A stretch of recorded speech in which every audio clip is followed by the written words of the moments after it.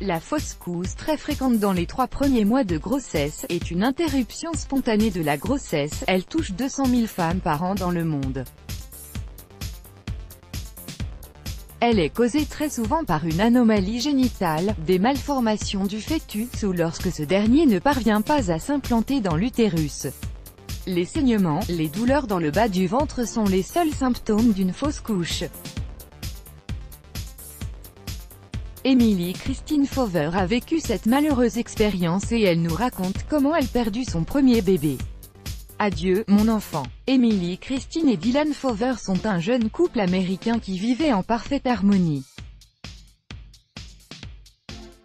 Après un an de mariage, ils décident de faire grandir leur famille et d'avoir un bébé, mais leurs rêves ne se réalisent pas si facilement. Le couple traverse une rude épreuve et la maman décide de parler et de partager leur histoire à cœur ouvert sur Internet. Après avoir appris qu'elle était enceinte, Emily a commencé ses séances d'examen et d'échographie. Lors d'une échographie de routine, elle a malheureusement su qu'elle portait un fœtus mort.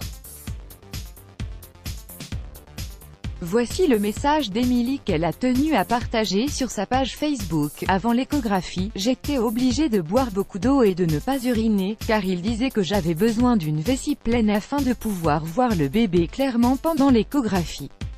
Je suis entrée ensuite dans la pièce du fond et j'ai été accueillie avec le sourire de tout le monde parce que comme nous le savons tous, le bonheur de porter un enfant est contagieux.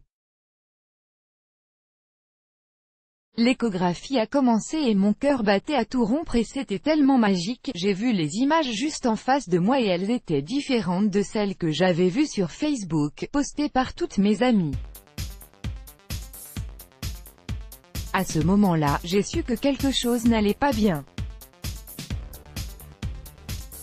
Nous n'avons rien vu dans les images parce que mon corps était à quelques heures seulement de faire une fausse couche.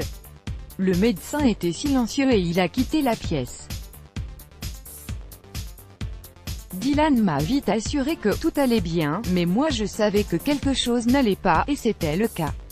Je me rappelle avoir eu peur de pleurer et je me rappelle aussi avoir retenu mes larmes devant mon mari. J'étais d'ailleurs incapable de le regarder dans les yeux parce que je savais que sa douleur me briserait le cœur. Je suis rentrée chez moi et je devais laisser mon corps suivre son cours naturel, selon le médecin. Mais on ne m'a pas averti que mon corps avait besoin de plusieurs semaines pour se rétablir. On ne m'a pas dit à quel point il serait difficile de dire à ma mère ce qui était arrivé et que mon corps allait continuer à penser que j'étais enceinte pendant des semaines.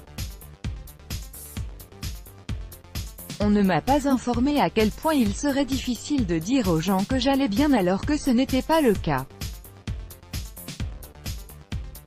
On ne m'a pas dit que ça allait me transformer en une personne jalouse du jour au lendemain. On ne m'a pas dit à quel point la question « Quand est-ce que tu auras des enfants ?» allait me torturer. Et on ne m'a pas dit que cela serait si difficile de perdre une personne que je n'avais jamais rencontrée. Vous allez vous demander peut-être pourquoi j'ai choisi de parler de cela après des mois, mais c'est la réalité, le temps ne soigne pas toutes les blessures, alors j'espère que partager mon histoire pourra m'aider. Je partage également mon histoire et mon expérience pour aider et rassurer les autres femmes qui sont passées ou qui passent par cette même expérience et qui pensent qu'elles sont seules. Gardez l'espoir en la vie. Voilà mon espoir et mon message pour vous, j'espère que vous ne vous sentirez pas seul. J'espère que vous ne reteniez pas vos larmes. J'espère que vous verrez la lumière au bout du tunnel. J'espère que vous trouverez la paix, j'espère que vous n'aurez pas peur de réessayer. J'espère que vous ne vous en voudrez pas. J'espère que vos amis et proches vous serreront dans leurs bras un peu plus fort, et j'espère que vous célébrez la vie de ce bébé autant que vous célébrerez celle du prochain parce que peu importe à quel point sa vie a été courte, toutes les vies méritent d'être célébrées. L'histoire d'Emily et Dylan est très bouleversante et émouvante, mais leur témoignage aidera les autres couples qui ont traversé cette triste épreuve de la fausse couche. Partagez ce message puissant, vous pouvez apporter du réconfort et du soutien à toutes celles qui en ont besoin en leur rappelant qu'elles ne sont pas seules. Let's block ADS.